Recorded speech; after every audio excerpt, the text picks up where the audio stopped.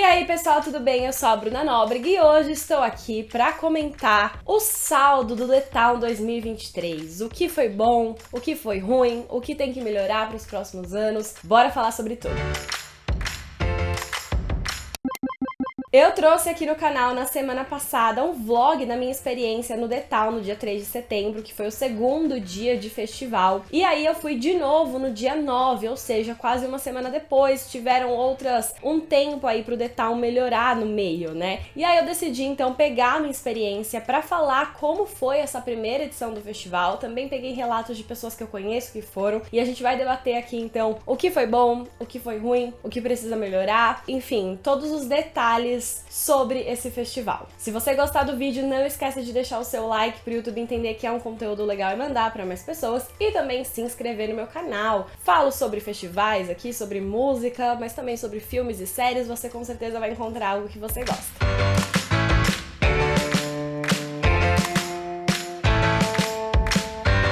Bom, pra quem não sabe, o The Town é um festival dos mesmos organizadores do Rock in Rio. O Rock in Rio sempre acontece lá no Rio de Janeiro de 2 em 2 anos. E aí, pra não ficar com um intervalo de 2 anos aí no meio, eles decidiram então alternar o Rock in Rio no Rio de Janeiro com o The Town em São Paulo. Então vai acontecer um em cada ano. Então a próxima edição do The Town agora é só em 2025, porque ano que vem vai ter Rock in Rio. De qualquer jeito, essa foi a primeira edição, né? O Rock in Rio já tem muitos anos de história ali, já tem muita preparação.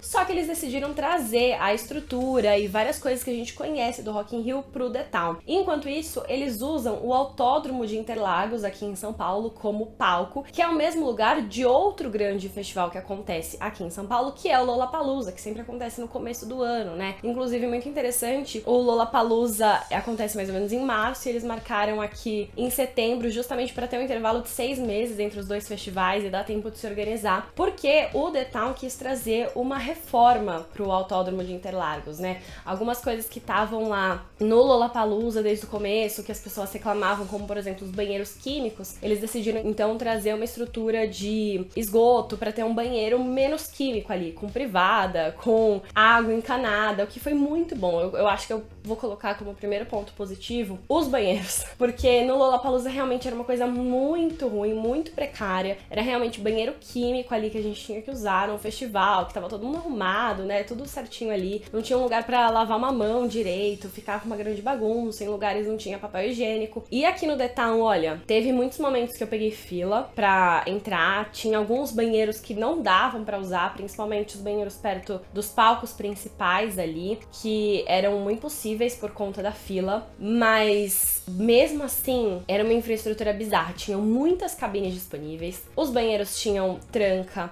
era uma privada certinha ali, que dava descarga. Todas as vezes que eu fui, tinha papel disponível. Depois você saía, tinha água pra lavar a mão, com sabonete, com papel pra secar a mão. Sempre tinha uma funcionária disponível ali pra ajudar com qualquer coisa, na organização das filas, com limpeza, que era uma coisa, enfim, muito necessária. Obviamente, no final do festival já tava uma coisa... Os lixos já estavam um pouco mais acumulados, mas eu acho que é uma coisa que a gente entende. Mas pra mim, os banheiros realmente fizeram toda a diferença ali, principalmente se você ia nos banheiros mais afastados que tinham menos fila, né? Tinha um que ficava quase escondido, que era no palco Skyline, só que ele era atrás da tirolesa. E aí, enfim, tinha até uma fila, mas andava super rápido ali, foi ótimo. E aí tinha um outro banheiro que era perto do palco eletrônico, né, que ficava bem afastado também, que ficava super vazio. E aí nesse mesmo comentário eu quero falar sobre a água, né? No The Town a gente podia entrar com garrafinha sem tampa, mas eles também distribuíam muitos copos, e a ideia é que você abastecesse a sua água sem precisar comprar. E aí no primeiro fim de semana tinham poucos bebedouros, assim, uma das maiores filas do primeiro fim de semana era para pegar água, até porque o festival não tinha água suficiente para vender. Então, assim, a questão da água no primeiro fim de semana foi um pouco de caos, porque ou você ficava na fila gigante para pegar uma água de graça, ou você não bebia, porque em qualquer camelô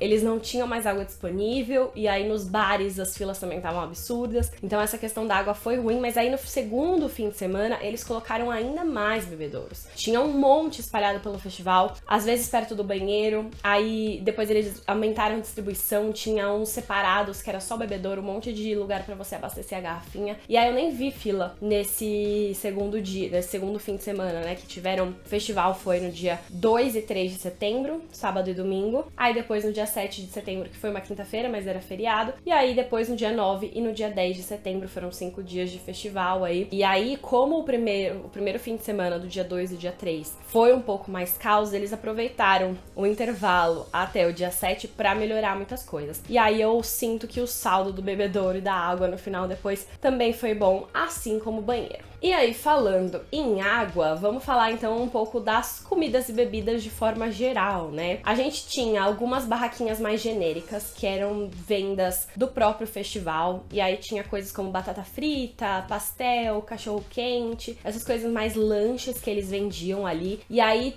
tinha ambulante vendendo em alguns momentos, então na pista, assim. E eu acho que tinha as barraquinhas também, agora eu não lembro de ter visto. Mas o que a gente vê mais com destaque era Domino's, a pizza, eles tinham barraca lá. Tinha o McDonald's gigante, que eu tive a experiência de pegar no final do show em um dia, e foi rápido até, era muita gente, mas eles estavam funcionando rápido. E aí tinha algumas comidas escondidas. Então tinha uma pastelaria num canto perto de um dos palcos menores que tava lá. No mesmo lugar tinha La Guapa, que era a empanada da Paula Carrossélia. Aí tinha os stands, tipo, da Seara, que vendiam os lanches também. E aí tinha o lugar chamado Market Square, que era onde tinha um cardápio mais gourmet ali, uns pratos feitos por chefes e, enfim, refeições. E pra mim foi muito interessante esse lugar do market, porque os preços não estavam longe dos preços das outras comidas, né? Tava tudo muito na faixa dos 40 e poucos reais, tanto pra você pegar uma pizza, quanto você pra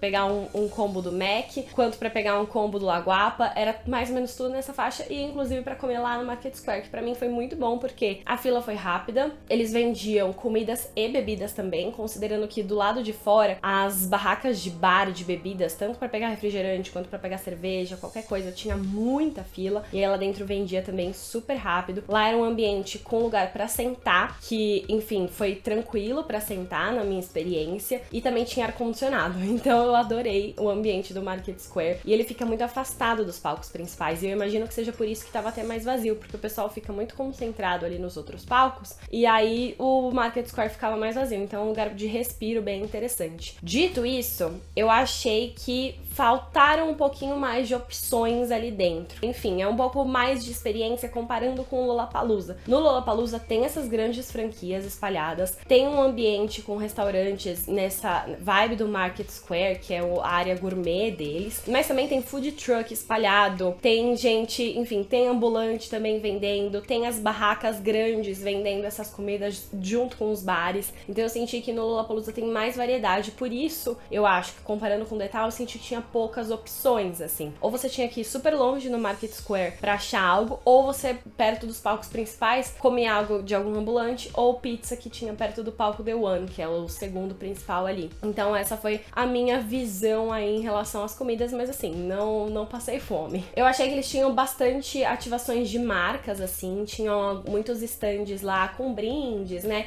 Eu não fiz muito disso, porque muitos dos stands ficam com bastante fila, e aí depende de você querer encarar uma fila pra pegar algum brinde, sendo que tem outros shows pra assistir, aí eu acabei não indo, mas eu fui em alguns que não tinham fila, então tinha o Kit Kat, por exemplo, distribuindo umas pochetes no meio da galera, isso é ótimo, porque aí guardei coisa, tinha um stand da Rádio 89, por exemplo, que tava dando aquelas sacochilas e também foi bom pra guardar, então o que tava vazio eu achei que foi legal, eles trouxeram uns brindes bons, mas tinha, por exemplo, bem mais stands de ativações de marcas, né, pra fazer publicidade ali, do que os ambientes de comida. Eu acho que esse é um ponto pra se pensar, sabe? Você fica tendo que caçar a comida e todo canto tem um stand enorme ocupando um espaço gigante que poderia poderia ser algo mais funcional para as pessoas. E aí eu acho que já entra na logística do festival, que tem muitos pontos pra gente analisar, e o meu saldo já, pensando nessa logística, é negativo desde o começo. Bora começar com o básico, que foi a entrada. No primeiro fim de semana, a entrada no festival foi um caos. São 2 portões principais, um de cada lado do autódromo, um do pessoal que chega de trem, outro do pessoal que chega de ônibus. E assim, no primeiro dia, nos 2 primeiros dias, as pessoas que chegavam pelo portão 9, que era o portão de ônibus, não conseguiam entrar. Tem relatos de pessoas que ficaram 3 horas na fila para conseguir entrar. Eu, por exemplo, eu entrei nessa fila do portão 9, eu fiquei 40 minutos nela. Assim, 20 minutos foi só para conseguir chegar no final da fila. Aí depois que eu cheguei no final da fila, andando 20 minutos, ou seja, andando muito para alcançar o final da fila, eu ainda fiquei parada 40 minutos no lugar. A fila não andou, sendo que eu entrei na fila quando o portão já tinha aberto. E aí a minha interpretação do que aconteceu foi o seguinte: era uma fila que virava a esquina e era uma fila que não tinha nenhum funcionário para acompanhar. E ela também não tinha nenhuma grade, nada que, enfim, segurasse as pessoas. Então, o que eu até vi acontecendo, e eu imagino que tenha acontecido ainda mais do que eu vi, foi muitas pessoas furando fila. Então, uma galera chegava lá na frente e entrava direto, e enquanto isso as pessoas que estavam no final da fila não se mexiam porque tinha muita gente entrando na frente deles. E aí a galera que tava na fila de verdade tinha que ficar 3 horas pra entrar, quando uma galera espertinha furava, e não tinha ninguém pra controlar isso. E aí pra mim esse foi o maior erro. Enquanto isso, a fila do portão 2 andava rápido porque ela era fechada com grade dos 2 lados. Então você tinha que ir até o final pra conseguir entrar. E isso fez toda a diferença. Tanto é que depois de eu ficar 40 minutos parada, sem se mexer na fila do portão 9, eu saí, fui até o portão 2 e fiquei 30 minutos pra entrar. Tipo, 30 minutos eu já consegui entrar no festival. Então, justamente por conta das grades. E aí eu tenho mais um indício de que foi realmente as pessoas furando fila e a falta de organização que fizeram esse caos no portão 9 no primeiro fim de semana, porque no segundo fim de semana eles colocaram grade. Eles colocaram uma grade na rua inteira pra fechar a fila, fazendo com que as pessoas tivessem que realmente dar toda a volta pra conseguir entrar, e eu consegui entrar no festival em menos de 10 minutos. Tipo assim, cronometrados. Eu tenho um momento em que eu cheguei na fila e um momento que eu entrei, e deu menos de 10 minutos pra conseguir passar pela revista, mostrar o ingresso, passar por todo mundo ali, né, do lado de fora da rua e entrar no festival. Porque tinha um fluxo de pessoas, tava tudo fechado, aí tinha gente mais organizada, indicando pra onde ir, onde passar, e aí foi bem melhor. E aí isso foi até engraçado, porque no primeiro fim de semana, eu desci do ônibus ali, que eu fui, né, com o ônibus express, eu desci 1h43 e eu entrei no festival 3h40 mais ou menos, ou seja, 2 horas pra entrar. Por outro lado, eu cheguei no festival aqui umas 2h40, 1 hora depois eu cheguei no festival, mas eu consegui entrar às 3 horas. Tipo, eu entrei 40 minutos antes, mesmo tendo chegado 1 hora depois. Então foi assim, outro esquema, outra coisa, e aí eu espero que eles mantenham isso para as outras edições do The Town. E eu acho que aqui vale falar também sobre os transportes, né? O The Town dessa vez quis fazer um esquema para as pessoas não irem de carro, eles quiseram investir muito nos transportes. Então a primeira coisa que eles fizeram foi trens e metrôs 24 horas em São Paulo, que é algo que não acontece no Lollapalooza, por exemplo, que eles têm que, enfim, as pessoas têm que correr para conseguir entrar no trem a tempo e voltar para casa. E aqui não. Todo o período do festival os trens estavam 24 horas para as pessoas conseguirem sair com calma, para os shows irem até mais tarde também, aproveitar ali esse meio tempo enquanto isso. E aí eu achei bem útil. E aí não só os trens eles trouxeram, como eles trouxeram os ônibus express, que são ônibus que saíram de vários pontos diferentes de São Paulo, de toda São Paulo. Tinham vários ônibus e eles iam direto pro The Town. E aí o preço, inclusive, variava em relação à distância. Então, por exemplo, tinha um que saía do Morumbi que era R$10, quem saía aqui da Penha era 25. Ainda assim, 25, mesmo saindo da Penha, que é super longe, dá quase 1h30 de trajeto, 1h20 de trajeto, ainda assim eu achei R$25 muito tranquilo, porque era pra ir de volta. Eles controlavam dando uma pulseirinha, então você entrava, ganhava pulseira, e aí na volta era só mostrar a pulseira pra agilizar o processo. A fila pra ir no primeiro dia, eu peguei mais ou menos meia hora, porque eu fiquei esperando saindo pra ir sentada. Só que aí eu percebi que os ônibus estavam,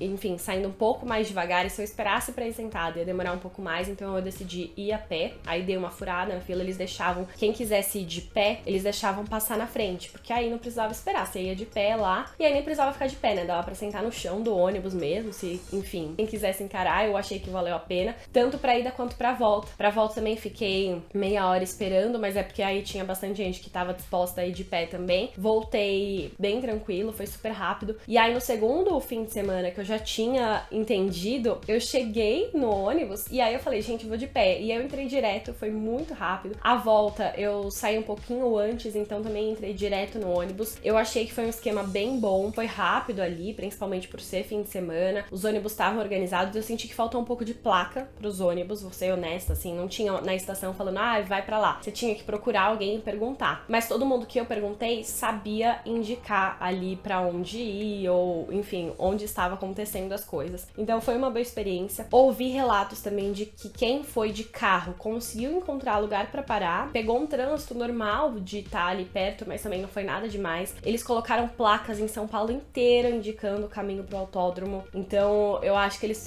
mesmo tendo incentivado as pessoas a irem com os transportes públicos, eles ainda criaram uma infraestrutura boa pra quem foi de carro. Então a questão do transporte também achei bem positiva. Agora, voltando pra logística, a gente teve uma entrada que melhorou, só que eu não acho que eles aproveitaram o autódromo de Interlagos da melhor forma. Eu não sei como eles pensaram no mapa para conseguir colocar todos os palcos e atrações que eles queriam, mas eu senti que foi uma organização muito ruim. Primeira coisa, eles quiseram trazer uma estrutura muito parecida com o que acontece no Rock in Rio. No Rock in Rio, por exemplo, tem uma cidade cinematográfica que eles reproduziram aqui. No Rock in Rio e até no Lollapalooza tem uma roda gigante que é perto dos palcos, a ideia é que você consiga ver os palcos da roda gigante, então eles tinham que pensar nesse detalhe também. Tinha uma montanha-russa que eles tinham que montar ali dentro, a tirolesa perto dos palcos, que era importante também, que era uma marca registrada, elevador, que eles tinham que fazer ali uns brinquedos, né? E a ideia do Rock in Rio sempre foi ter 2 palcos principais que revezam os shows, que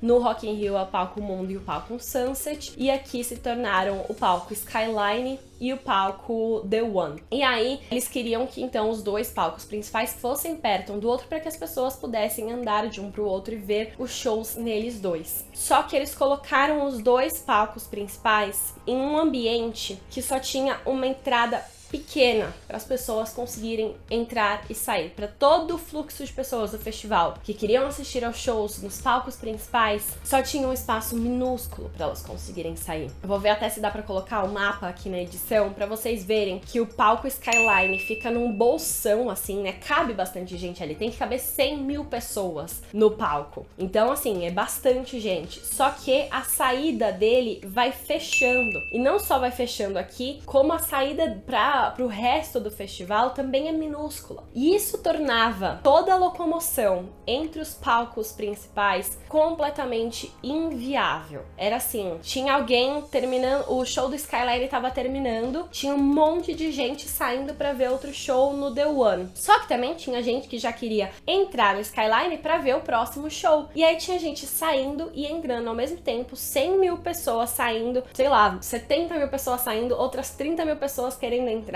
e o negócio não andava, era travado, você não conseguia se mexer, um negócio de sardinha enlatado. Se acontecesse qualquer emergência lá dentro, ia ficar um caos, não ia ter pra onde sair. Eu vou falar, tinha sim uma saída de emergência que eles abriram pra ajudar o fluxo quando terminou o show final ali. Só que mesmo com essa saída de emergência, que era muito pequena, não ajudava. Continuava uma sardinha enlatada, porque era um negócio muito fechado. No Lollapalooza, por exemplo, o palco principal, que tem os principais shows, ele é um gramadão que pra todos os lados você consegue vazar ali as pessoas. Então, qualquer coisa as pessoas só andam pra trás e vai pra todos os lados. E é diferente aqui que todo mundo tinha que sair pelo mesmo buraquinho que era minúsculo. Então, assim, não achei uma ideia boa de colocar os 2 palcos ali num ambiente tão apertado pra entrar. Eu acho que eles têm que mudar essa logística pro próximo ano, eles têm que mudar esse mapa. Não dá pra manter esse mapa, até porque aí fica todo mundo espremido nesse lugar dos 2 palcos principais, que, enfim, tá todo enfiado ali. Aí superlota os bares, os banheiros, os bebedouros, fica aquela coisa de caos, sendo que podia estar muito melhor distribuído para as pessoas andarem por tudo, né? O palco eletrônico ficava vazio, não tinha uma alma ali, tinha uns gatos pingados. Até a parte mais afastada ali que eu falei do Market Square também era bem mais vazia, porque tinha esse negócio de estar todo mundo reunido num canto só, todos os shows eram ali, os palcos principais eram ali, não tinha por que as pessoas saírem, sabe? Só que aí isso causava uma logística horrível para você conseguir se locomover, se alimentar e fazer xixi lá dentro. E aí você fala, ah, não, mas é porque era o único lugar que cabia 2 palcos juntos. E não é o caso, né? Porque no Lollapalooza a gente tem dois palcos incríveis num canto muito bom que funcionam dessa forma. Os 2 revezam shows, que são o palco Adidas e Onyx. São 2 palcos que, enfim, vão trocando o público ao mesmo tempo. Um dos palcos tem os shows principais da noite também, né, que revezam. Os 2 ficam em lugares inclinados, ou seja, as pessoas conseguem ver muito melhor, porque mesmo quem tá longe, como tá mais acima, consegue enxergar tudo. E aí tinha espaço então para colocar esses palcos ali juntos para as pessoas conseguirem revezar os shows e ainda ter espaço para se locomover. Isso acontece no Lollapalooza e dá certo. Então, eu acho que eles não aproveitaram muito bem essa experiência. Realmente, não só era ruim para se locomover, como eu sinto que colocou as pessoas em perigo ali. Não acho que tinha estrutura suficiente para dar vazamento às pessoas caso acontecesse alguma emergência. Então eu acho que os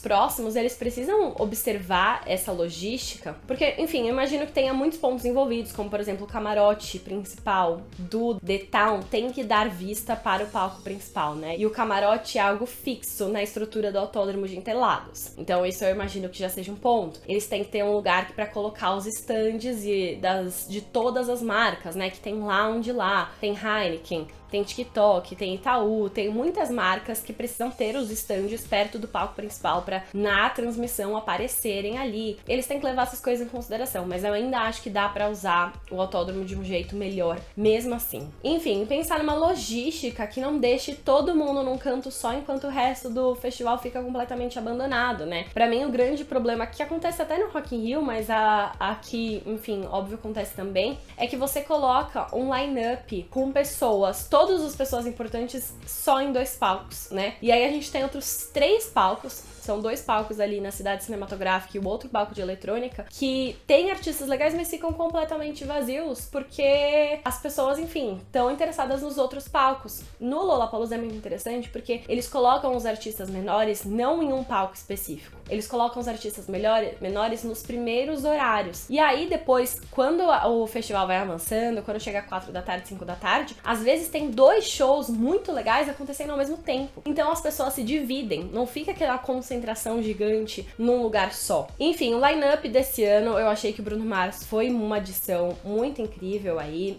Eu fiquei meio receosa quando eu vi 2 dias o mesmo artista. Eu senti que era assim, nossa, eles estão admitindo que eles não conseguiram outro artista. Mas, enfim, Bruno Mars consegue sustentar 2 dias de headliner. Foo Fighters foi muito legal eles terem trazido, considerando, né, que era pra eles terem feito um show no Lollapalooza em 2022 ou 21? 22, mas, né, tudo aconteceu com Taylor Hawkins, que faleceu, e aí eles cancelaram, e aí eles voltaram agora, foi muito especial. Só que aí tem Maroon 5, que é a banda que bate carteirinha no Rock in Rio, que eles só reciclaram. Post Malone reciclaram do Rock in Rio do ano passado. Demi Lovato reciclaram do Rock in Rio do ano passado. Muitos artistas que estavam ali fizeram um show muito recentemente no Brasil. E eu não tô reclamando, eu acho que são artistas legais, mas eu acho que tinha tantos outros artistas pra trazer. E aí tem, por exemplo, o último dia, que foi um dia que teve shows incríveis, só de pessoas nacionais, né? A gente teve Marina Sena, Isa, Pablo Vittar, Glória Groove, João, fazendo shows incríveis, e eles concentraram toda essa galera só no último dia, porque não há uma valorização dos artistas nacionais também, que fizeram shows muito melhores que vários outros internacionais que estavam ali, que mereciam ter ido pro palco principal, né? A gente teve Luísa Sons, a Ludmilla e Isa no palco principal, divididas em dias separados, que foi ótimo, mas João, Glória Groove, Pablo fizeram shows dignos de palco principal também, enquanto outros dos palcos principais passaram um pouco mais batido, né? Enfim, aí eu não tive a experiência de ver, mas eu vi que algumas pessoas